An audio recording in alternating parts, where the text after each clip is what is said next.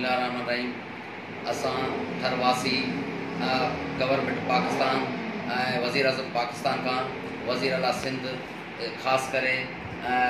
Chairman Pakistan people's party मोहतरम बिलावल भुट्टो ज़रदारी साहब का यो अपील था करूँ त असांखे थर में हींअर जेका हींअर मौसमी सूरत हाल में आरड़ जी मौसम में असांजा थर जा खूह सुकी विया आहिनि ऐं को बि अल्टरनेट वसीलो असांखे पाणी जे पीअण जो कोन्हे। थर में जेके आहिनि 100 किलोमीटरनि ताईं जेका पाणी आहे कोन, जेकी लप पाणी जी आहे त उहो बि तमामु हिकिड़ो ज़हर आहे। थर में जेको WHO जे स्टैंडर्ड मुताबिक़ तव्हांजो जेको पाणी 1000 खां 1200 ppm ते हुजणु खपे, जेको तव्हांजो 5000 ppm खां मथे क्लोराइड ऐं फ्लोराइड में मौजूदु आहे। उन क्लोराइड ऐं फ्लोराइड जे वधीक तइदाद हुजण में उते जो पाणी ज़हर आहे, जंहिंजे उन जे नतीजे में हज़ारियूं बीमारियूं जेके आहिनि उते जनम वठनि थियूं ऐं उन्हनि केतिरा ई माण्हू मुतासिर, थर जा माण्हू मुतासिर थियनि था। तव्हांजे हॾनि जी बीमारियूं आहिनि, तव्हांजे जेके आहिनि किडनी फेल्योर आहे, तव्हांजे उते उन में पथरियूं थियनि थियूं, तव्हांजे काफ़ी बीमारियुनि जे करे हर साल जेके आहिनि सभई ॿार जेको मौत जो शिकार थियनि था ऐं केतिरा ई माण्हू मरनि था। असां मुतालबो था करियूं पाकिस्तानी गवर्नमेंट खां त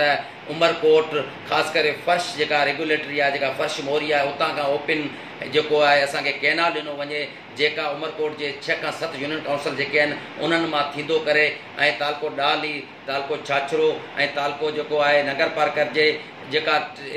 थर पार्कर जेको आहे हितां खां सभई जेका पॉपुलेशन सभई लखूं माण्हुनि ते मुश्तमिल आबादी जेका आहे उनखे आबाद करे पाणी पीअण जो उन्हनि खे मिलियो वञे। थर पार्कर में तक़रीबन 2700 ॻोठ आहिनि ऐं 2200 स्क्वायर चौरस किलोमीटर ते जेका थर मुश्तमिल आहे। उन में तव्हांजा 750 आरो प्लांट जेका बि हींअर हिन सूरत हाल में मुकमल तौर ते नाकार आहिनि। थर में को बि अल्टरनेट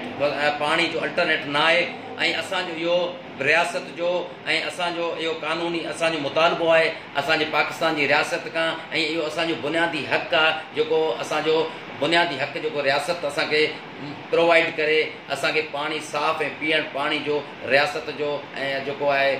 फ़र्ज़ु थिए थो त इहो असांखे मुहैया कयो वञे। ऐं असां पाकिस्तान ऐं सिंध गवर्नमेंट खे अपील था करियूं त महिरबानी करे असांखे थर में ओपन कैनाल ज़रिए पाणी ॾिनो वञे, जेको थरनि जो असांजो पुराणो मुतालबो ऐं पुराणो ऐं जाइज़ मुतालबो आहे उहो असांजो मञियो वञे। वॾी महिरबानी।